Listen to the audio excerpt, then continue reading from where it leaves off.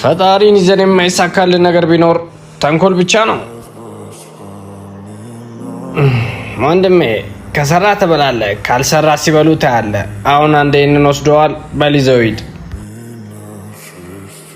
ወንድሜ። ፈጣሪ እንኳን ሊተው ቀርቶ ለማንም አደራ አይሰጥም።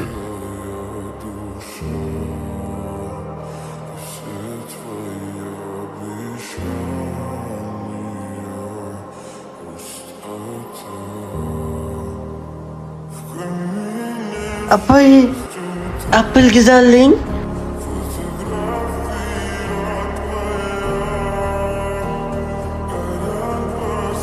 ግዛልኝ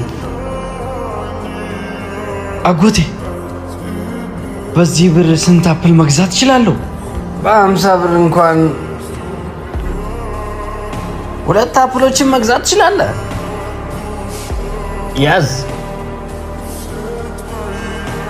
የኔ ልጅ። አንዱን አሰጠኝም እንዴ?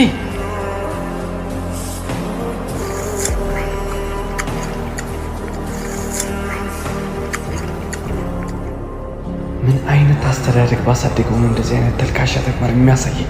ምን አይነት አስተዳደግ ባሳደገው ነው? ወይ አባዬ እንካ፣ እኛው ነው የሚጣፍጠው።